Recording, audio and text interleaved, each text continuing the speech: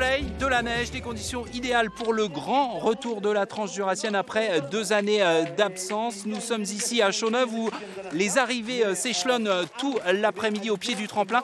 Mais c'est bien au cœur du village des Rousses qu'est partie ce matin cette course en style classique, 50 km à travers le massif du Jura. Première difficulté, courte mais très emblématique de la Transju, la montée de l'Opticien au cœur du village des Rousses. Les premiers sont passés en double poussée, c'était très impressionnant. C'est allé très vite tout au long du parcours et à la sortie du massif du Rizou, un groupe de 10 hommes forts s'était détaché. Ensuite, écrémage par l'arrière entre Bellefontaine et Chapelle-les-Bois. Et finalement, ici à Chauneuf, c'est un groupe de 3 seulement qui s'est présenté pour le sprint final. Et au sprint, c'est le coureur de Pontarlier, Thomas Joly, qui l'emporte devant son coéquipier Antoine Auger. Une revanche pour Thomas Joly qui était deuxième derrière Auger en 2019. Je vous propose d'écouter la réaction du vainqueur de cette Transju classique 2022. Je suis vraiment hyper content de gagner aujourd'hui. La Transju, c'est un rêve pour un Jurassien, donc je suis super heureux. Et puis contre Antoine qui m'a battu dans le passé au sprint, là on se renvoie l'appareil, donc c'est vraiment une belle victoire à la maison du Team Nordic Experience Cos Crédit Agricole en 1, 2, 3, donc c'est une journée parfaite.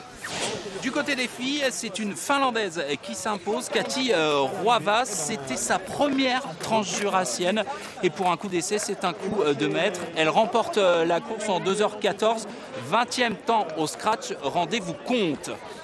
C'est un temps fort aussi des transjurassiennes, la traversée des villages. Je vous propose d'aller maintenant à Chapelle-les-Bois où il y avait un ravito, temps fort de la course pour les spectateurs et temps fort très attendu aussi pour les skieurs. Le reportage est signé Quentin Carudel et Hugues Perret. Depuis 7 h ce matin, ils sont à pied d'œuvre. La quinzaine de bénévoles et les membres de l'organisation préparent l'arrivée des skieurs. Alors on visse, on fixe et on peaufine les détails, sans oublier le plus important, le chrono. Ça va marcher, regardez, le bouton s'allume. On va attendre que le réseau se mette en place et ensuite on va tester avec une puce de dossard, comme si j'étais un coureur. En cuisine, on prépare le ravitaillement. Chocolat, thé, vin chaud, comté et fruits. Nadine et Alain ne sont pas du coin, mais ils sont quand même venus filer un coup de main. Ça fait du bien d'aider les gens et puis on voit autre chose. C'est super. Ma fille habite Chapelle-des-Bois, donc c'est la raison pour laquelle je suis là, quoi. Puis moi, j'ai toujours aidé les associations. J'étais président d'un club sportif à Mulhouse, notamment la SPTT Mulhouse. Et je sais que sans bénévolat, les associations ne peuvent pas fonctionner. Puis les cloches de Chapelle-des-Bois sonnent et annoncent les premiers skieurs. Si la tête de la course ne prend pas le temps de déguster, certains ne jouent plus le classement et apprécient le moment. C'est du bien, un petit ravitaillement là? Ouais, s'arrêter un coup, manger un coup.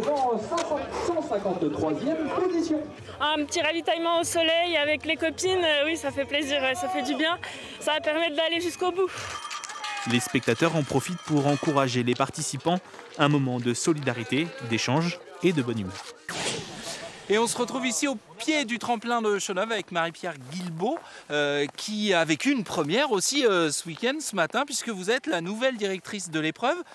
Comment ça s'est passé? Il y a une chose qui nous a marqué, c'est que c'est allé très très vite, quasiment 25 km/h pour le premier. Oui, c'est vrai que cette année, on a vraiment eu des conditions de neige excellentes. Une bonne glisse, une neige dure qui est restée dure toute la matinée.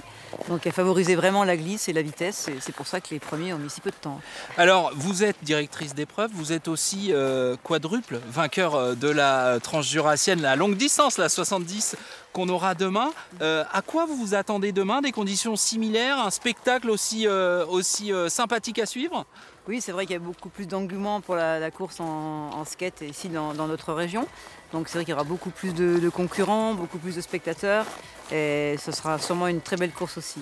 Pour donner envie à nos téléspectateurs, où est-ce que seront les points chauds? Où est-ce qu'il ne faut pas rater le passage des coureurs? Alors aux Rousses, la montée des Opticiens, il y a toujours une très grosse ambiance.